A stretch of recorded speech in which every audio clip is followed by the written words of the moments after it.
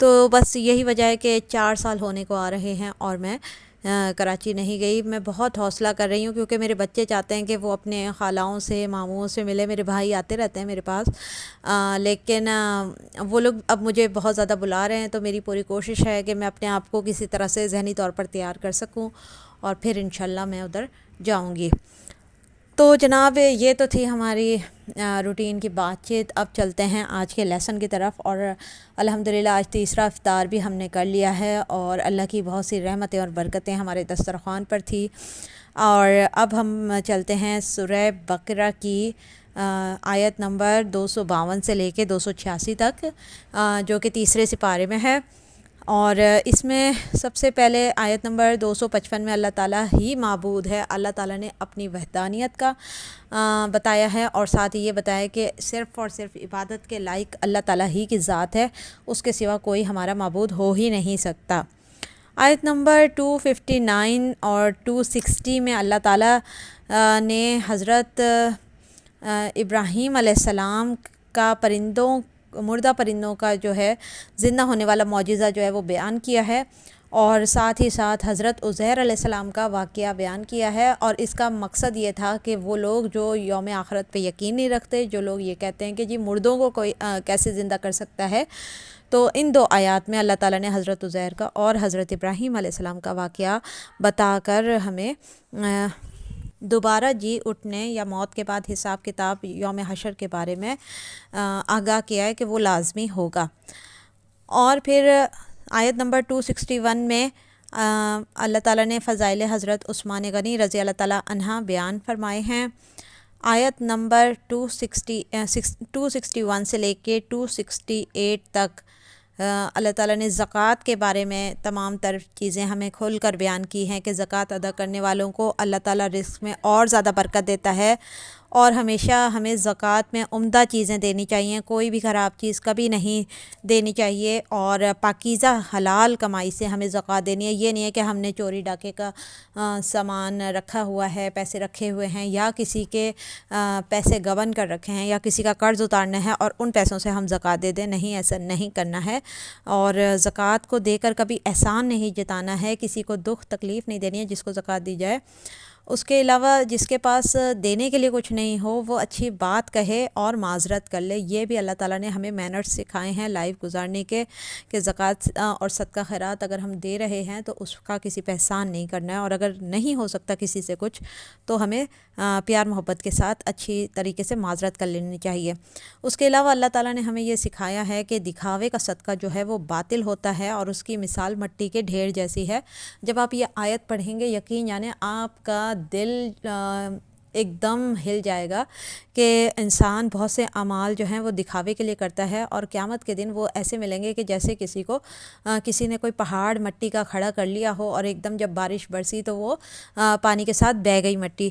تو یعنی کہ ہمارے جو تمام اعمال ہیں جن کو ہم سمجھ رہے ہیں کہ یہ ہمیں بہت زیادہ ہو کر قیامت کے دن ملیں گے، اگر ہم نے دکھاوے کی نیت سے صدقات و خیرات کیے ہیں یا کوئی نیک کام کیا ہے تو وہ ہمارے لیے مٹی کے ڈھیر کی طرح ہوگا، جو کسی طرح بھی پانی ڈلنے پر ڈھیر ہو جائے گی۔ تو اس کے علاوہ باغ اور کھیت پر بھی زکوٰۃ ہے، مال تجارت پہ زکوٰۃ ہے، اور اعلانیہ اور پوشیدہ دونوں طریقوں سے ہم زکوٰۃ ادا کر سکتے ہیں۔ تو یہ سارا بیان اللہ تعالیٰ نے 261 آیت سے لے کے 268 تک دیا ہے۔ اس کے بعد کی آیات میں اللہ تعالیٰ نے ہمیں بتایا ہے کہ سختی کے ساتھ جو لوگ مانگتے ہیں اس سے منع کیا ہے، اور جاب کرنے کے لیے اللہ تعالیٰ نے مرد اور عورت دونوں کو اجازت دی ہے۔ ایسا نہیں ہے کہ شریعت میں عورت کو کمانے سے منع کیا گیا ہے، عورت جاب بھی کر سکتی ہے، کاروبار بھی کر سکتی ہے، البتہ اگر اس کو ضرورت نہیں ہے یا اس کے بچے چھوٹے ہیں اور اس کو کما کر اس کے باپ، بھائی یا شوہر یا بیٹے کھلا سکتے ہیں، اس کی ضروریات پوری کر سکتے ہیں، تو اسے چاہیے کہ وہ غیر ضروری طور پہ گھر سے باہر نہ نکلے اور نہ کمانے میں وقت لگائے، بلکہ اپنی گھرداری کو اور اپنی دینداری کو جو ہے دونوں طرح سے کام میں لائے۔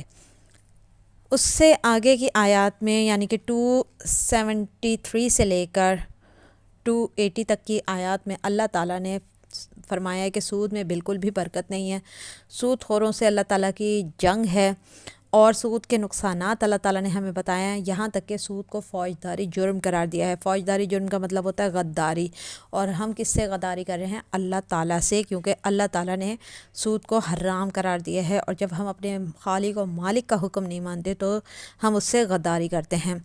اس کے علاوہ خرید و فروخت میں اللہ نے بیع کو حلال کیا ہے، اور اس کے بارے میں پراپر جو ہے ہمیں ڈیٹیل سے سمجھا دیا ہے کہ ہمیں کس طرح سے منافع کو حاصل کرنا ہے۔ بیع حلال ہے اور سود جو ہے وہ حرام ہے۔ اور تنگ دست یا وہ لوگ جو کہ قرضہ دینے کے لیے، یا ہم نے ان کے پاس کوئی چیز رکھوائی اور وہ واپس کرنے میں تھوڑا سا ان کو اگر مشکل ہو رہی ہے تو ہمیں اس کو مہلت دینی ہے، یہ بھی اللہ تعالیٰ نے آیت نمبر 280 میں ہمیں بتا دیا ہے۔ اور جس کی امانت ہو اسی کے ہاتھ میں واپس کرنی ہے، یہ بھی اللہ تعالیٰ نے ہمیں آیت 283 میں بتایا ہے۔ اس کے علاوہ شہادت کا نصاب ہے۔ خرید و فروخت میں گواہ بنانا شہادت کہلاتی ہے۔ گواہ گواہی سے انکار نہیں کر سکتے۔ گواہ کسی کو نقصان پہنچانا جرم ہے۔ آج کل کے جو کیسز میں اکثر گواہان کو مروا دیا جاتا ہے یا کسی طرح سے ٹارچر کیا جاتا ہے کہ آپ نے صحیح بات نہیں کہنی، تو یہ بھی گناہ ہے اور اللہ نے اس سے منع کیا ہے۔ اقرار کرنا ہے، ہر معاملے میں سچ بولنا ہے۔ جو گواہان ہیں وہ جو ہے صحیح طریقے سے گواہی دیں گے، اور خرید و فروخت میں، لین دین میں، یہاں تک کہ اگر آپ کسی کو کوئی چیز ادھار یا امانتاً دے رہے ہیں تو اس میں آپ کو گواہ بنانا مستحب ہے۔ دست بدست بیع میں کتابت و شہادت مستحب ہے، یعنی کہ یہاں اللہ تعالیٰ نے ہمیں سمجھا دیا کہ اگر ہم کسی سے کسی بھی طرح کا لین دین کر رہے ہیں، کوئی امانت رکھوا رہے ہیں، کوئی ادھار یا قرض کسی کو دے رہے ہیں، تو اس موقع پہ ہمیں 1-2 گواہن ضرور رکھنے ہیں تاکہ آگے چل کے ہمارے لیے کسی قسم کی مشکل اور پریشانی نہ آئے۔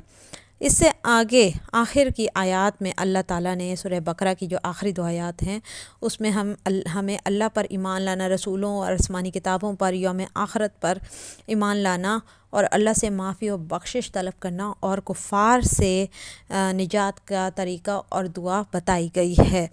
یہاں ہوتا ہے ہماری سورہ بقرہ کا اختتام، اور آگے شروع ہو جاتی ہے سورہ آل عمران۔ سورہ آل عمران میں اللہ تعالیٰ نے جو ہے اپنی وحدانیت کا ذکر بھی کیا ہے، اور ساتھ ہی اگلی کتابوں کی تصدیق کرنے والے قرآن پاک کے بارے میں بتایا ہے کہ یہ اللہ تعالیٰ کے جو سچی کتاب ہے، یہ بہت سے اس میں تاویلیں ہیں، متشابہات ہیں، اور وہ اللہ ہی کے علم میں ہیں۔ ہم جو ہے نا ان تک نہیں پہنچ سکتے۔ محکمات اصل مقصود ہے۔ محکمات یعنی احکام الہی جو واضح ہیں، اور متشابہات وہ آیات جو غور و فکر سے سمجھ آتی ہیں، لیکن ان کا ایگزیکٹ میننگ جو ہے وہ اللہ تعالیٰ ہی بتا سکتے ہیں، اور وہ جس کے دل پہ چاہیں اس راز کو کھول سکتے ہیں۔ اب منافقین جو ہوتے ہیں، چاہے وہ مسلمان ہوں یا نان مسلم، وہ ان آیات کو لے کر نئی نئی تعویلیں نکالتے ہیں، خود بھی گمراہ ہوتے ہیں اور لوگوں کو بھی گمراہ کرتے ہیں، تو ہمیں اس سے بچنا چاہیے۔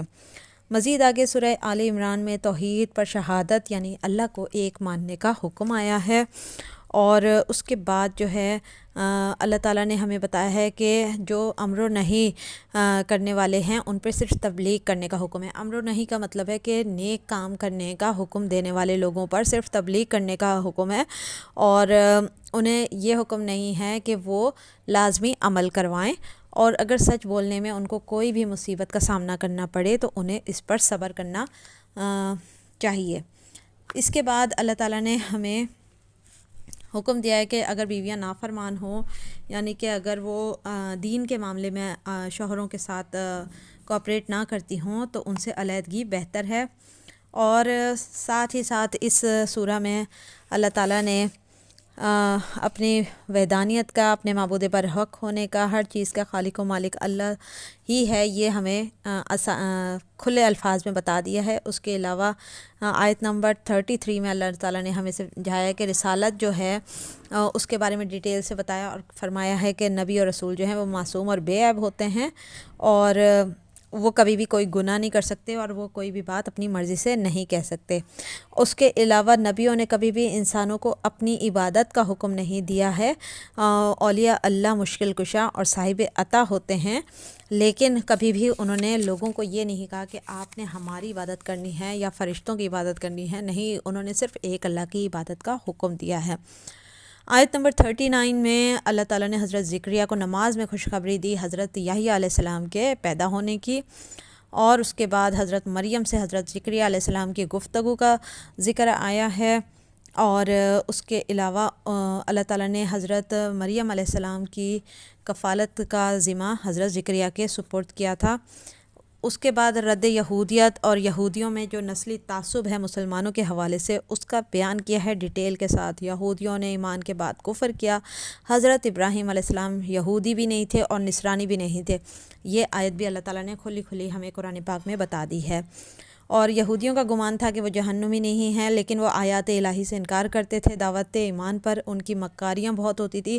حق و باطل کو ملانا یہودیوں کا کام ہے۔ اس حوالے سے اللہ تعالیٰ نے ہمیں الرٹ کر دیا ہے کہ ہمیں کس طرح سے کفار کے مکر و فریب کو سمجھ جانا چاہیے۔ اس کے بعد اللہ تعالیٰ نے حضرت عیسیٰ کی پیدائش اور معجزانہ پیدائش پر لوگوں کے غلط عقیدے کا ڈیٹیل سے سمجھایا ہے اور بتایا ہے، اور عیسائیت کے بعد کی پیداوار اور جو شروع کے عیسائی مسیح کے پیروکار تھے ان کے بارے میں بتایا ہے۔ اور اللہ تعالیٰ کے نزدیک حضرت عیسیٰ علیہ السلام جو ہے وہ حضرت آدم کی طرح ہی ہیں، یعنی کہ مٹی سے بنے ہوئے انسان، وہ خدا کے بیٹے نہیں ہیں۔ یعنی یہاں پر عقیدہ عیسائیت کا رد ہوتا ہے، اور آیت میں واضح طور پہ اللہ تعالیٰ نے فرمایا کہ اللہ کے نزدیک عیسیٰ جو ہیں آدم کی طرح ہیں، انہوں نے مٹی سے بنایا، پھر فرمایا کن، یعنی کہ ہو جا، اور وہ فوراً ہو گیا۔ اے سننے والے، یہ تیرے رب کی طرف سے حق ہے، تو شک والوں میں سے نہ ہونا۔ اس کے بعد آگے بیان ہوتا ہے کہ حضرت عیسیٰ علیہ السلام کو اللہ تعالیٰ نے آسمانوں پہ اٹھا لیا تھا۔ اسی سورہ میں اللہ تعالیٰ نے تابوت سکینہ کی کرامات کا ذکر بتایا ہے کہ کس طرح سے وہ یہودیوں کے کام آتا تھا۔ تو اسی طرح سے ان آیات کی مدد سے ہم یہ دیکھتے ہیں کہ اولیاء اللہ جو ہیں، یا انبیاء کرام ہیں، یا بزرگ ہیں، ان کے قرب سے جو ہے ہماری دعائیں بھی قبول ہوتی ہیں اور ہماری مشکلات بھی حل ہوتی ہیں، یعنی کہ ان کے وسیلے سے یا ان کے صدقے سے اللہ تعالیٰ ہماری مشکلات و پریشانیوں کو بھی ٹال سکتا ہے اور ہماری دعاؤں کو بھی قبول کر سکتا ہے۔ تو جی آیت نمبر 1 سے لے کے 91 یعنی 91 آیت سورہ آل عمران کا مختصر تھا جائزہ اور تعارف میں نے آپ کو بتا دیا ہے۔ سورہ بقرہ کا بھی ہم نے آج اختتامی جائزہ کر لیا ہے، اور انشاءاللہ کل ایک نئے ولاگ کے ساتھ سورہ آل عمران کا آگے کا حصہ میں آپ کے ساتھ بیان کروں گی۔ 4واں سپارہ ہوگا لن تنالوا البر۔ تو امید ہے کہ آج کا ولاگ آپ کو پسند آیا ہوگا۔ پسند آیا تو پلیز اس کو شیئر کیجئے، لائک کیجئے، اور کامنٹ ضرور کیا کیجئے۔ ہماری محنت آپ کے لیے ہوتی ہے۔ آپ اپنی محبت اور اپنا پیار کامنٹ کے ذریعے ہمیں بتا سکتے ہیں، دکھا سکتے ہیں، اس سے ہمارے دل کو بہت خوشی ہوگی۔